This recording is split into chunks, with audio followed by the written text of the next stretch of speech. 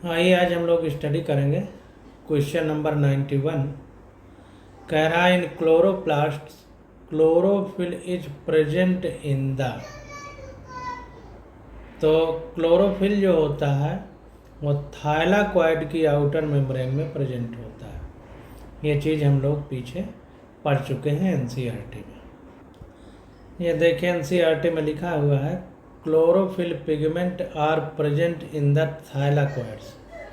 तो इन चीज़ों को आप लोग अंडरलाइन कर लिया करिए। तो क्लोरोफिल पिगमेंट जो है वो थाइलाकॉइड में प्रेजेंट होता है। तो थाइलाकॉइड्स हमारा आंसर करेक्ट हो जाएगा। अब इसको थोड़ा देख लेते हैं। Thylakoid are the flattened sac like membranous structure that are stacked on top of one another to form a grana of plant chloroplast. तो जो थाइलाकॉइड होता है इसमें क्या होता है, ये चपटा सैक यानी थैले लाइक स्ट्रक्चर होता है और मेम्ब्रेन का बना होता है। और इसमें क्या होता है कि ग्रेना सिक्के के रूप में एक के ऊपर एक टॉप से बॉटम तक रखी रहते हैं। Chlorophyll and other photosynthetic pigment are situated in the thylakoid membrane. जो क्लोरोफिल और अन्य प्रकाश संश्लेषण वाले रंजक हैं वो थाइलाकॉइड के मेम्ब्रेन पर स्थित होते हैं। Which are the site for the light dependent reaction of photosynthesis, जो कि लाइट डिपेंडेंट फोटोसिंथेटिक रिएक्शन के लिए जिम्मेदार होती है। तो इस प्रकार से सी विकल्प हमारा करेक्ट होगा। पीछे भी ये क्वेश्चन आ चुका है। अब क्वेश्चन नंबर 92 देखते हैं। कह रहा है cellular totipotency is demonstrated by. तो सेल्यूलर टोटिपोटेंसी का मतलब होता है कि कोई एक सेल है उससे अन्य सेल बन करके तैयार हो जाएं, इसे सेल्यूलर टोटिपोटेंसी कहते हैं। ये सारे प्लांट सेल में पाया जाता है। जैसे प्लांट का अगर आप पेड़ है उसकी एक डाल काट दीजिए तो दूसरी डाल निकल आती है। तो ये ऑल प्लांट सेल में पाया जाता है, इसलिए बी ऑप्शन हमारा करेक्ट होगा। तो totipotency is the ability of a living somatic plant cell to develop into a complete plant. तो सबसे पहले टोटिपोटेंसी का मतलब समझिए। इसका मतलब ये होता है कि अगर कोई पार्ट प्लांट का डैमेज हो जाए तो एक सेल पूरे कंप्लीट प्लांट को बना सकती है, इसी को टोटिपोटेंसी कहते हैं। अब देखिए टोटिपोटेंसी को first demonstrated by Steward et al 1964 using phloem cell of carrot. तो कैरेट का मतलब जो गाजर होती है, इसके फ्लोएम को यूज करके उन्होंने टोटिपोटेंसी को सबसे पहले डिमॉन्स्ट्रेट किया था। अब देखिए टोटिपोटेंसी के बारे में इस चैप्टर में नहीं दिया गया है, इसलिए हम इतना ही पढ़ेंगे। बाकी जब आगे आएगा तो वहाँ पर डिटेल में पढ़ेंगे। अब क्वेश्चन नंबर 93 आ जाता है। कह रहा है ribosomes are produced in. Ribosome कहाँ प्रोड्यूस होते हैं? तो राइबोसोम न्यूक्लियोलस में यानी केंद्रिका में प्रोड्यूस होते हैं। इस बात को ध्यान रखिए और इस बात को थोड़ा और अच्छे से समझना है कि इंडोप्लाज्मिक रेटिकुलम जो होती है वहाँ पर राइबोसोम होता है और वहाँ प्रोटीन सिंथेसिस होती है। तो प्रोटीन सिंथेसिस किसके द्वारा होती है? तो राइबोसोम आंसर सही होगा। और प्रोटीन सिंथेसिस कहाँ होती है? तो रफ इंडोप्लाज्मिक रेटिकुलम सही होगा।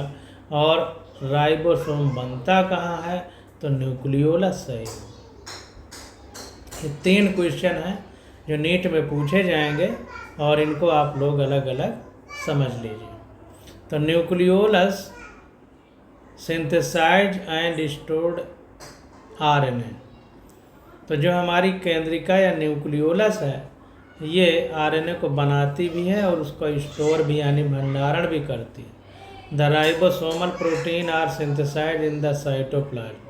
जो राइबोसोमल प्रोटीन होती है उसकी सिंथेसिस साइटोप्लाज्म में होती है and shift to the nucleolus, और न्यूक्लियोलस में शिफ्ट कर दी जाती है for the formation of ribosomal सब यूनिट।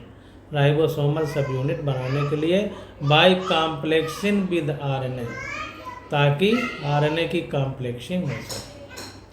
अब क्वेश्चन नंबर 94 आ जाता है। कह रहा है इन fluid mosaic model of plasma membrane phospholipid form में बाई न्यूक्लियर या by molecular layer in middle part. तो ये चीज़ हम बहुत बार पढ़ चुके हैं कि जो फ्लूइड मोज़ेक मॉडल है सिंगर और निकोलसन ने दिया था, इसमें जो फास्फोलिपिड है जो लेयर है फास्फोलिपिड फॉर्म में bimolecular layer in middle part में phospholipid bimolecular layer form होती है। इसको देखते हैं। ये देखिए फ्लूइड मोज़ेक मॉडल है, यहाँ पर ये फास्फोलिपिड बाई लेयर है, ये मिडिल की तरफ है, देखिए अंदर की तरफ। तो इस प्रकार से इसको ध्यान देना। तो सी विकल्प हमारा करेक्ट हो जाएगा। अब 95 नंबर क्वेश्चन आ जाता है। कह रहा है element necessary for the middle lamella is. Middle lamella के लिए कौन सा एलिमेंट नेसेसरी है? बहुत बार पढ़ चुके हैं, कैल्शियम पेक्टेट की बनी होती है तो मिडिल लैमेला। तो इसके लिए नेसेसरी एलिमेंट कौन है? कैल्शियम है। देखिए लिखा है middle lamella is the first formed layer present between the two adjacent sales. तो जो अगल बगल वाली कोशिकाएं हैं उनकी जो बाहरी झिल्लियाँ हैं उनको चिपका करके दो कोशिकाओं को आपस में जोड़ने का काम कौन करती है? Middle lamella. It is situated outside the primary cell wall. तो प्राइमरी सेल वॉल के बाहर स्थित होती है। It is made of the calcium and magnesium pectate. ये कैल्शियम और मैग्नीशियम पेक्टेट की बनी होती है, लेकिन आपकी एनसीईआरटी में इस समय कैल्शियम ही केवल लिखा गया है। ये देखें यहाँ पर लिखा हुआ है the middle lamella is a layer mainly of calcium pectate which holds up glues the different neighboring cell together।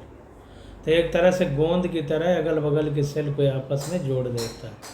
तो इसको यहाँ से लेके यहाँ तक अंडरलाइन कर लीजिए, और जितना भी क्वेश्चन आ रहा है तो एनसीईआरटी में जिस लाइन में मिल रहे हैं उनको अंडरलाइन करते चलिए, तो बाद में आपको बहुत फ़ायदा देंगे। क्वेश्चन नंबर 96 देखते हैं। कह रहा है माइक्रोट्यूब्यूल्स आर एब्सेंट इन।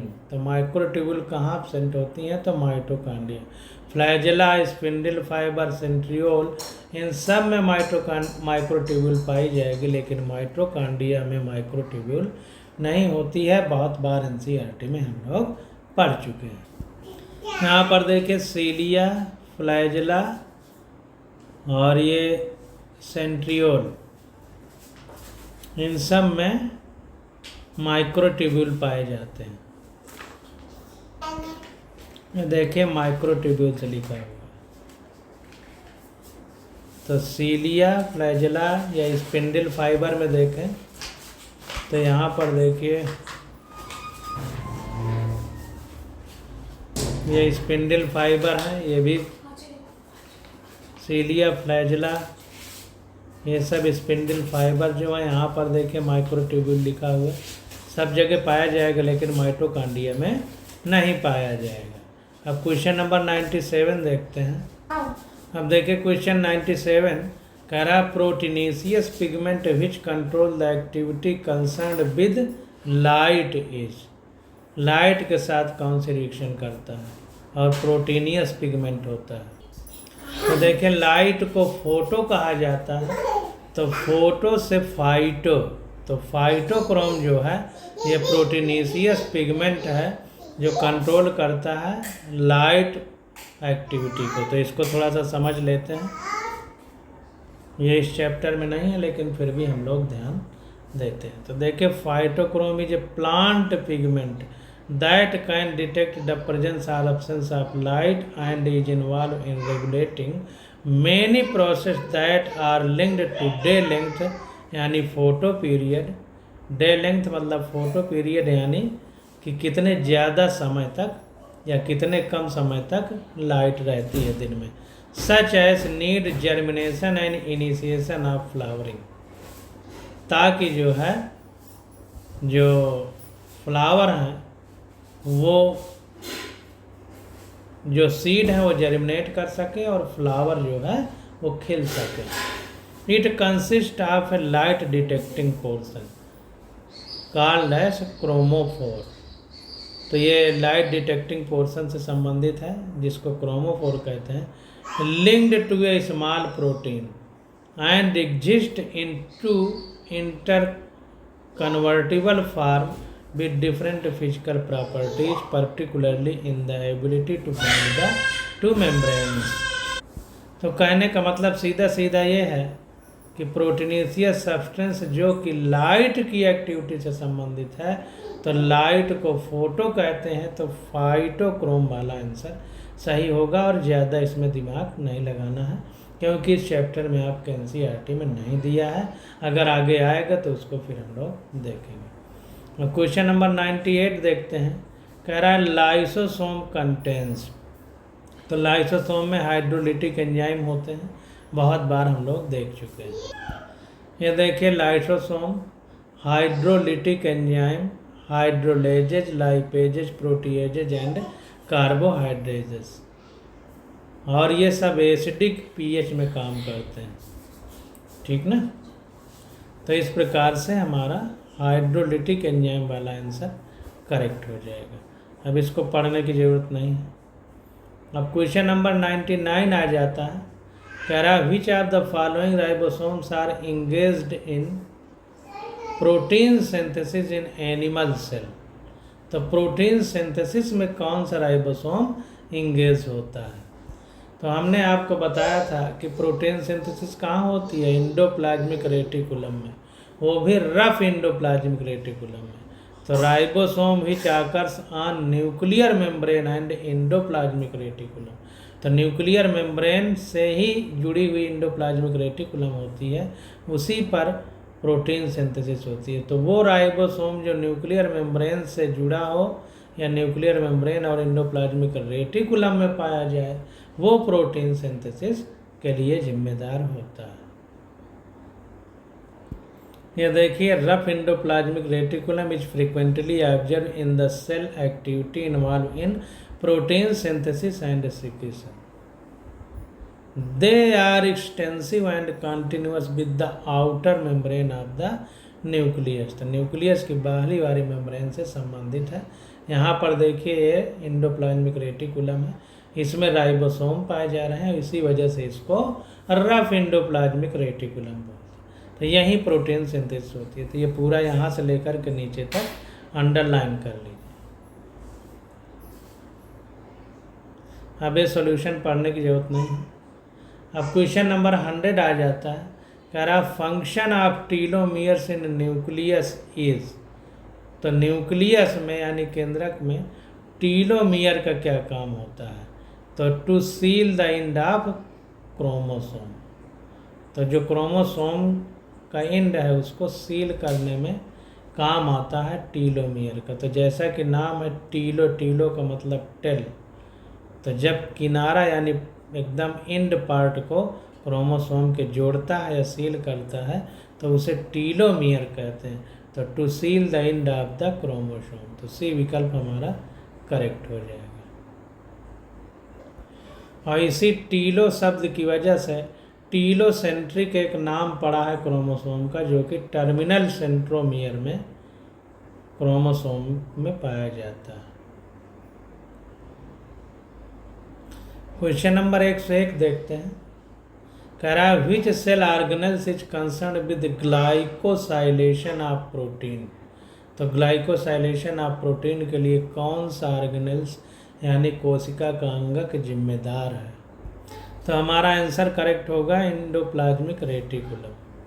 सी वाला विकल्प हमारा करेक्ट होगा। तो rough endoplasmic reticulum bears enzyme in the region of pores for modifying polypeptide synthesized by attached ribosome. इसी को एग्जाम्पल में कहेंगे ग्लाइकोसाइलेशन। जो नई एनसीईआरटी है उसमें इस चैप्टर में ग्लाइकोसाइलेशन के बारे में नहीं दिया गया। अगर आगे होगा तो इसको समझेंगे, बाकी इसमें स्टार लगा लीजिए। क्वेश्चन नंबर 102 आ जाता है। कह रहा है which of the following organelles has single membrane.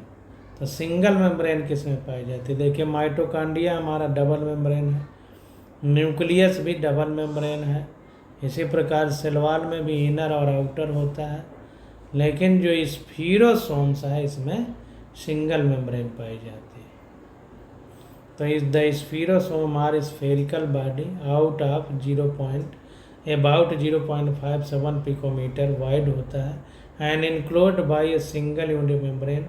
They contains granular contents rich in lipid but also have some proteins. They occur in most plant cell but are abundant in the endosperm cell of oil seed. तो जो oil वाले seed हैं उनके endosperm में ज़्यादा मात्रा में पाया जाता है। स्पीरोसोम से rises from the endoplasmic reticulum. जो स्पीरोसोम है एंडोप्लाज्मिक रेटिकुलम से एराइज होता है। अब देखें नई एनसीईआरटी में भी स्फीरोसोम के बारे में चर्चा नहीं है यहाँ पर, तो इस क्वेश्चन को भी स्टार लगा दीजिए। अगर आगे आएगा तो हम समझेंगे, नहीं तो इसको छोड़ देंगे।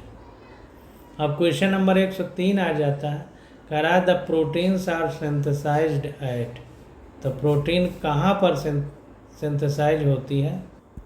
तो देखिए हमने 3 पॉइंट बताए थे कि न्यूक्लियोलस में राइबोसोम बनता है और राइबोसोम के द्वारा प्रोटीन की सिंथेसिस होती है। और कहाँ पर होती है? तो रफ एंडोप्लाज्मिक रेटिकुलम, सही होगा। तो ये पूछ रहा है the protein are synthesized at, तो एट का मतलब ये स्थान पूछ रहा है, लेकिन एंडोप्लाज्मिक रेटिकुलम ऑप्शन नहीं है, तो फिर राइबोसोम को हम लोग सही मानेंगे कि राइबोसोम के द्वारा प्रोटीन का सिंथेसिस होता है। The ribosome provides space for the synthesis of protein in the cell। बस और ज़्यादा हम लोग नहीं पढ़ेंगे।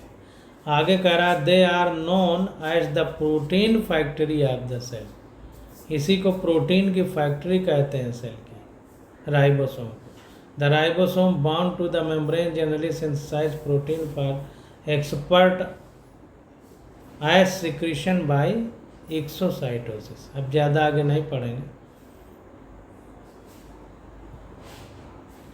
अब देखिए आगे क्वेश्चन आ जाता है 104 नंबर, कह रहा है which of the following structure will not the common to mitotic cell a higher plant.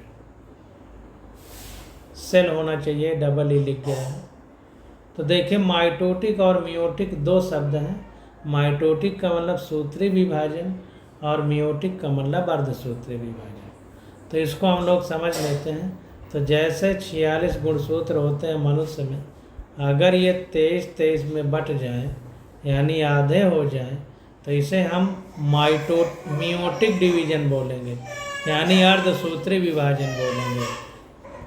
और अगर ये 46 हैं तो अलग अलग 46 ही बने रहें, तो इसको हम लोग माइटोटिक डिवीजन बोलेंगे, यानी जितने हैं उतने ही बने रहे, तो इसे सूत्री विभाजन बोलेंगे। तो हमसे पूछ रहा है which of the following structure will not be common to mitotic cell of a higher plant. तो ये है हमारा सेंट्रियोल। सेंट्रियोल आंसर इसमें करेक्ट होगा। तो देखें यहाँ पर दिया गया है कि the centrioles occur in nearly all animal cells and in motile plant cells such as zygospore of algae, sperm cell of fern and motile algae. तो जो सेंट्रियोल है हमारा, ये जनरली एनिमल सेल में पाया जाता है, ऑल एनिमल सेल में, और कुछ मोटाइल प्लांट में भी पाया जाता है। जैसे जाइगोस्पोर ऑफ एल्गी में, जूस्पोर ऑफ एल्गी में पाया जाएगा, sperm cell of the fern में पाया जाएगा और मोटाइल एल्गी में पाया जाएगा। They are absent in amoeba prokaryotic cell, higher gymnosperm and all angiosperm. तो ये कहाँ एब्सेंट होता है सेंट्रियोल? अमीबा में, प्रोकैरियोटिक सेल में और बहुत हायर जिम्नोस्पर्म में ये एब्सेंट होता है, और सारे एंजियोस्पर्म में एब्सेंट होता है। प्रोकैरियोटिक सेल में कुछ में हो सकता है एब्सेंट हो। एन इंटरफेज यानी undividing cell has a pair of centriole. जो बिना डिवाइड होने वाली सेल है उसमें एक जोड़ी सेंट्रियोल पाए जाते हैं, जिसको डिप्लोसोम बोलते हैं। यूजुअली नियर द न्यूक्लियस, जो कि न्यूक्लियस के पास होते हैं। They lie in a small mass of specialised distinctly stained cytoplasm that lack other cell organelles. The centrioles and the centrosphere are together refers to as centrosome. तो centriole और सेंट्रोस्फियर आपस में मिल करके इसको हम सेंट्रोसोम बोलेंगे। बिफोर सेल डिवीजन के पहले the centrioles duplicate so that dividing cell has a pair of centriole as each pole of the spindle. जब कोई सेल डिवीजन में जाती है यानी दो भागों में बढ़ती है तो उसके पहले क्या होता है, सेंट्रियोल डुप्लीकेट हो जाता है so that a dividing cell has a pair of centriole. Duplicate मतलब दो बन जाता है जिससे किसी एक सेल के लिए दो सेंट्रियोल मिल जाते हैं और दोनों अलग अलग पोल में चले जाते हैं स्पंडल के। Spindle fibre cell plate and centromere are present in all plant cell. तो स्पिंडल फाइबर सेल प्लेट और सेंट्रोमियर ये सारे प्लांट सेल में पाए जाते हैं। अब इतना डिटेल इस चैप्टर में नहीं है, अगर आगे आएगा तो समझेंगे, नहीं तो इसको छोड़ देंगे। तो इस क्वेश्चन में भी आप लोग स्टार लगा दीजिए। अब क्वेश्चन नंबर 105 आ जाता है, कह रहा the mechanism of ATP formation both in chloroplast and mitochondria is explained bye. तो केमी ऑस्मोटिक थियरी, केमी ऑस्मोटिक थियरी के द्वारा एटीपी के फार्मेशन को हम लोग एक्सप्लेन कर सकते हैं, चाहे वो क्लोरोप्लास्ट में हो या माइटोकॉन्ड्रिया। तो केमी ऑस्मोटिक थियरी इस चैप्टर में नहीं है, इसलिए इसको जो है आप लोग स्टार लगा लीजिए। पीछे भी एक क्वेश्चन आ चुका है तो वहाँ भी हमने स्टार लगाया था। तो देखिए, chemiosmotic coupling hypothesis is the most widely accepted explanation for oxidative phosphorylation in mitochondria and photophosphorylation in thylakoid membrane. तो जो केमी ऑस्मोटिक थियरी है सबसे ज़्यादा अच्छे से एक्सप्लेन कर पाती है ऑक्सीडेटिव फास्फोराइलेशन को, जो कि माइटोकॉन्ड्रिया में पाया जाता है, और फोटोफॉस्फोराइलेशन को जो कि थाइलाकोइड की मेम्ब्रेन में पाया जाता है। अब केमी ऑस्मोटिक कपलिंग हाइपोथेसिस ये मिचेल ने दिया था, propose the idea of chemiosmotic coupling.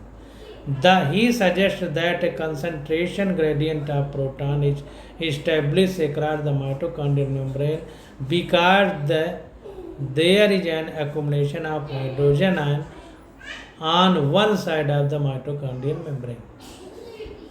इसको इस तरह से समझिए कि जैसे पत्थर उठा उठा के हम छत में रख दें और फिर छत से नीचे पत्थर अपने आप आ जाएंगे, तो इसी प्रकार प्रोटॉन का अकुमुलेशन होता है मेम्ब्रेन में, और जब मेम्ब्रेन में होगा तो जैसे पत्थर हमने छत पर रख दिए तो वहाँ पर पत्थर में ऊर्जा ज़्यादा हो गई और नीचे कम है, तो ज़्यादा ऊर्जा से कम ऊर्जा की तरफ पत्थर आएंगे, इसलिए पत्थर ऊपर से नीचे ज़मीन में आता है। The proton accumulation is necessary for energy transfer. जो प्रोटॉन का एक्यूमुलेशन है और एनर्जी ट्रांसफ़र के लिए ज़रूरी है to the endergonic ADP phosphorylation process, endergonic ADP phosphorylation process के लिए। यानी कहने का मतलब जैसे ईंट है ऊपर छत पर रखी गई है तो वहाँ से नीचे आएगी क्योंकि वो हायर एनर्जी लेवल पर है, तो इसी प्रकार यहाँ भी कह रहा है कि एनर्जी के ट्रांसफ़र के लिए कहाँ पर इंडरगोनिक एटीपी फास्फोराइलेशन प्रोसेस के लिए प्रोटॉन का एक्यूमुलेशन होना नेसेसरी यानी ज़रूरी है। तो केमी ऑस्मोटिक थियरी के द्वारा हम लोग क्लोरोप्लास्ट और माइटोकॉन्ड्रिया में क्या कर सकते हैं, एटीपी के फॉर्मेशन को एक्सप्लेन कर सकते हैं। अब क्वेश्चन नंबर 106 आ जाता है, कह रहा protein synthesis in an animal cell takes place. तो प्रोटीन सिंथेसिस कहाँ होती है एनिमल सेल में, तो in the nucleolus as well as in the cytoplasm. तो न्यूक्लियोलस और साइटोप्लाज्म में प्रोटीन सिंथेसिस होती है। अब यहाँ पर ध्यान देना है, तो देखिए इसमें थोड़ा ध्यान देना है कि एनिमल सेल लिखा हुआ है, एनिमल और प्लांट में अंतर है सेल में। तो एनिमल सेल में जो प्रोटीन सिंथेसिस होती है वो साइटोप्लाज्म और न्यूक्लियोलस में होती है, इसको ध्यान देना है। तो यहाँ पर देखिए protein synthesis in an animal cell takes place in the nucleolus as well as in cytoplasm. Main portion या main part of protein synthesis जिसमें ट्रांसक्रिप्शन और ट्रांसलेशन आएगा आकर्स इन न्यूक्लियोलस और chain elongation occurs in cytoplasm. तो इसको ध्यान देना। अब यहाँ पर देखिए एनसीईआरटी में दिया है rough endoplasmic reticulum is frequently observed in the cell actively involve in protein synthesis and secretion. ये लिखा हुआ, इन बातों को सबको ध्यान देना। तो यहाँ पर देखिए जो प्रोटीन सिंथेसिस है और सिक्रेशन उसको रफ एंडोप्लाज्मिक रेटिकुलम लिखा गया है। तो यहाँ पर ध्यान देना है, अगर एनिमल सेल में पूछा जाएगा तो फिर nucleolus as well as cytoplasm सही होगा। तो इसको ध्यान दीजिएगा। वैसे जो नई एनसीईआरटी में यहाँ पर लिखा है ये प्लांट के लिए लिखा गया है। अब अगला क्वेश्चन आ जाता है 107 नंबर। तो lysosomes are rich in, lysosome में क्या होता है? तो हाइड्रोलिटिक एंजाइम होते हैं। इसको हम लोग बहुत बार पढ़ चुके हैं, बार बार उसी चीज़ को देखने का कोई मतलब नहीं। अब आ जाता है question number 108। Colchicine is N inhibitory chemicals. अभी एनसीईआरटी में जो चैप्टर पढ़े हैं उसमें नहीं है। तो ये कोल्चिसिन क्या होता है? एक तरह से मादक पदार्थ होता है जैसे गांजा, भांग, ये सब। तो कोल्चिसिन इनहिबिटरी केमिकल होता है। ये क्या करता है? Prevent the spindle formation in mitosis. तो माइटोसिस यानी सूत्री विभाजन के समय स्पिंडल फॉर्मेशन को रोक देता है कोल्चिसिन। तो कोल्चिसिन इज एन एल्कलॉइड, ये एल्कलॉइड होता है derived from the autumn crocus colchicum autumnale एक प्लांट का नाम होता है। It inhibit spindle formation in cell during mitosis so that chromosome can not separated during anaphase. तो इससे क्या होता है? जब स्पिंडल फाइबर फॉर्मेशन को रोक देता है तो क्रोमोसोम सेपरेट नहीं हो पाते हैं एनाफेज वाले पीरियड में, thus inducing multiple seeds of chromosomes. Colchicine is used in genetics, cytology and plant breeding. Colchicine को हम लोग जेनेटिक्स, साइटोलॉजी और प्लांट ब्रीडिंग के समय यूज करते हैं। Research and also in cancer therapy to inhibit cell division, और cancer therapy में भी यूज करते हैं सेल डिवीजन को रोकने के लिए। Very very most important. तो कोल्चिसिन सेल डिवीजन को रोक देता है। तो कैंसर में सेल डिवाइड होकर के ही बहुत सारी सेल बना के गांठ जैसी बन जाती है। तो वहाँ पे कोल्चिसिन का यूज होता है। आपके इस चैप्टर में नहीं है तो इसको स्टार लगा लीजिए। अगर ये आगे आएगा तो समझेंगे, नहीं तो इस क्वेश्चन को हम लोग छोड़ देंगे। कह रहा है द प्रोकैरियोटिक फ्लैजेला प्रोसेसेस। तो the prokaryotic flagella processes helically arranged protein molecules. तो helically arranged protein molecules, helically का मतलब इस तरह से जैसे ये कोई हेलिक्स टाइप ऐसे ऐसे ऐसे ऐसे इस तरह। तो प्रोकैरियोटिक जो फ्लैजेला होता है हेलिकली अरेंज्ड प्रोटीन मॉलिक्यूल होता है। तो इसको देखते हैं। तो prokaryotic flagella is not surrounded by any membrane. देखिए प्रोकैरियोट और यूकैरियोट दो हैं। तो प्रोकैरियोट सिंपल जो है जीव होते हैं। तो prokaryote flagellum is not surrounded by any membrane. हमने मोटी मोटी भाषा में आपको बताया था कि जो प्रोकैरियोट है उनमें मेम्ब्रेन से बंद कोई भी अंग नहीं पाया जाएगा। तो जो फ्लैजेलम है प्रोकैरियोट के उनमें सेल मेम्ब्रेन नहीं पाई जाएगी। It consist of a single thread, इनमें केवल एक थ्रेड होता है। The thread is made up of numerous identical spherical protein सब यूनिट कॉल्ड फ्लैजेलम, और बहुत सारी सब यूनिट से मिलकर के बनता है जो कि आइडेंटिकल होती हैं और स्फेरिकल प्रोटीन की बनी होती हैं जिनको हम फ्लैजेलम कहते हैं। ईच सब unit is about 40 ampere in diameter. प्रत्येक सब यूनिट 40 एम्पियर की एंगस्ट्रॉम की होती है। The flagellum sub unit are arranged in helical spiral and form a hollow cylinder. Helically और स्पायरली अरेंज होते हैं और हॉलो सिलेंड्रिकल स्ट्रक्चर बनाते हैं। Each flagellum is about 120 to 150 angstrom thick. प्रत्येक फ्लैजेलम 120 से 150 एंगस्ट्रॉम थिक होती है। यहाँ पर देखिए लिखा गया है कि the prokaryotic bacteria also possess flagella but there are structurally different from that of the eukaryotic flagella. तो यूकैरियोटिक फ्लैजिला से डिफरेंट होते हैं, इस बात को हमें ध्यान देना है। अब देखिए 9+2 अरेंजमेंट क्या है, इसको भी समझ लें। तो passage number of microtubules running parallel to the long axis, the exonemes usually has 9 doublet of radially arranged peripheral microtubules and a pair of centrally located microtubules, such as arranged of hexanemal microtubules is referred to as the 9+2 array. The central tubule are connected by bridge and is also included central sheath. तो prokaryote में ध्यान दीजिएगा helically arranged protein molecule होते हैं। अब देखिए यहाँ पर प्रोकैरियोट की बात हो गई थी, 9+2 अरेंजमेंट अलग हो गया। तो 109 में ये पहला वाला ऑप्शन करेक्ट होगा, इसको ध्यान देना। 110 नंबर क्वेश्चन देखते हैं। कह रहा है द डेस्मोसोम आर कनेक्टेड विद, तो सेल एडहेरेंस। सेल एडहेरेंस का मतलब होता है कि दो सेल अगल बगल हैं और उनको आपस में इंटरकनेक्ट करने की बात, तो उसी को सेल एडहेरेंस बोलते हैं।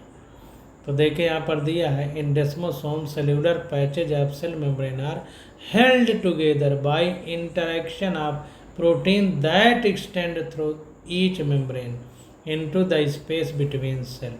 The cell membrane has on the inner side of dense plate of protein for mechanical support and bear fine filaments. The tonofibril radiating into the cell. The desmosome act as a spot weld and keep the cell firmly together. तो spot weld मतलब जैसे welding होती है और welding का spot बन जाता है तो दो मेम्ब्रेन को आपस में जोड़ता है। तो वही कह रहा है कि the desmosome act as spot weld and keep the cell firmly together. तो ये हमारा डेस्मोसोम्स सेल्यूलर एडहेरेंस के काम आता है। सेल्यूलर एडहेरेंस यानी सेल को आपस में चिपकाने के काम आता है। तो इस प्रकार से 110 क्वेश्चन हम लोगों ने कर लिया। अब क्वेश्चन नंबर 111 आ जाता है। इसकी स्टडी हम लोग अगले लेक्चर में करेंगे। आज बस यहीं।